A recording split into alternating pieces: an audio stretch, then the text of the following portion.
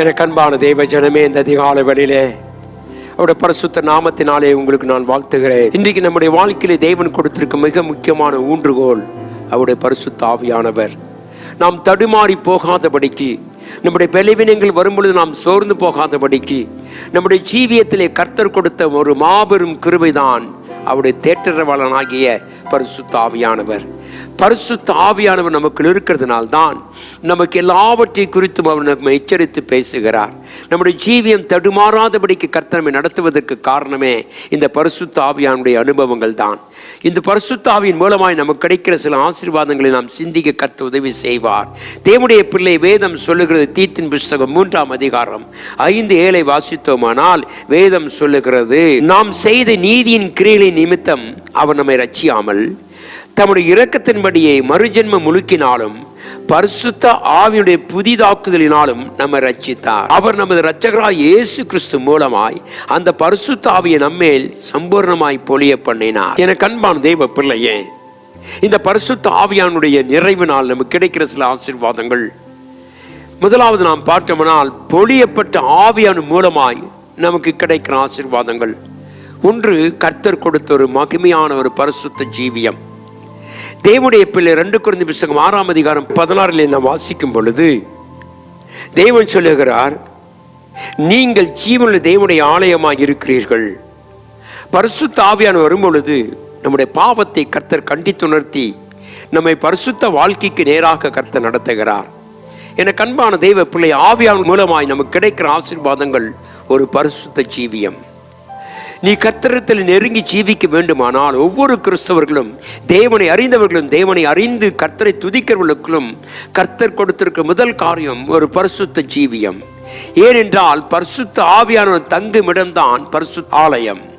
தேவன் சொல்கிறார், நீங்களே ஜீவனுடைய தேவனுடைய ஆலயமாக இருக்கிறீர்கள். இந்த ஆலயத்துக்குள்ளே பரிசுத்த ஆவியானவர் இருக்கிறபடினாலே நம்முடைய சரீரம் முழுவதும் கர்த்தர் ஆட்கொள்ளுகிறார்.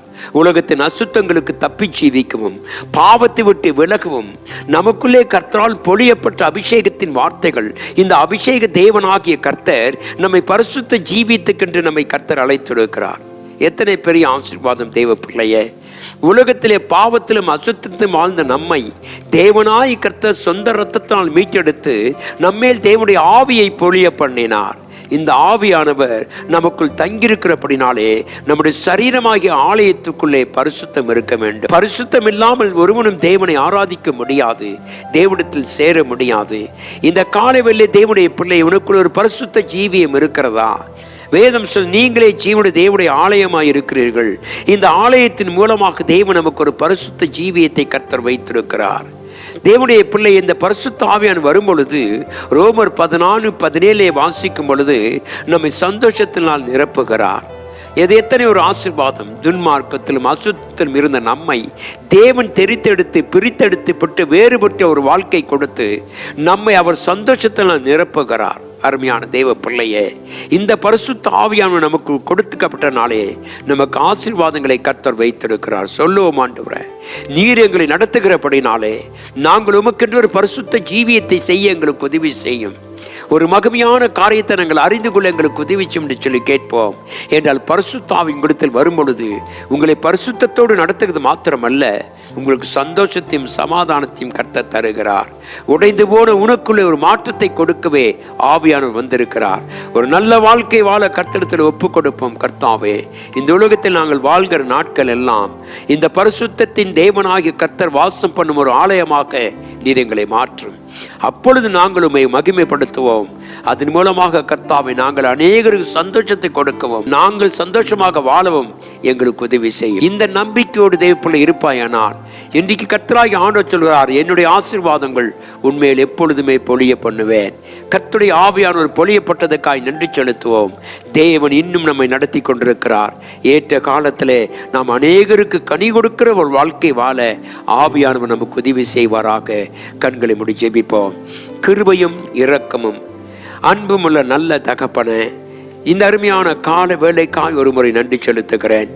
வானாதி வானங்களும் கொல்லாத எங்கள் தேவனாகிய கர்த்தர் எங்களை தெரிந்தெடுத்து கர்த்தாவை உம்முடைய ஆவியானவரை எங்களுக்கு கொடுத்து அந்த ஆசீர்வாதத்தினால் எங்களை நடத்துகிறதுக்காய் ஸ்தோத்திரம். கர்த்தாவை, நீர் எங்களை உம்முடைய ஆலயமாக மாற்றினதுக்காய் ஸ்தோத்திரம். ஜீவனுள்ள தேவன் தங்கும் ஒரு ஆலயமாக நீர் எங்களை தெரிந்து கொண்டபடினாலே உங்களுக்கு நாங்கள் கோடி நன்றி செலுத்துகிறோம் ஐயா. கர்த்தாவே, நீர் எங்களுக்கு ஒரு சந்தோஷத்தை நிரப்பிக்கிறதுக்காக ஸ்தோத்திரம். தொடர்ந்து எங்களை கனப்படுத்துங்க, ஆசீர்வதிங்க, புதிய கிருபைகளை தாரும். தொடர்ந்து உம்முடைய கரம் எங்களோடு கூட இருக்கும்படியாய் இயேசு கிறிஸ்துவின் வல்லமையுள்ள நாமத்தில் ஜெபிக்கிறேன் எங்கள் அன்பின் நல்ல பிதாவே, ஆமென்.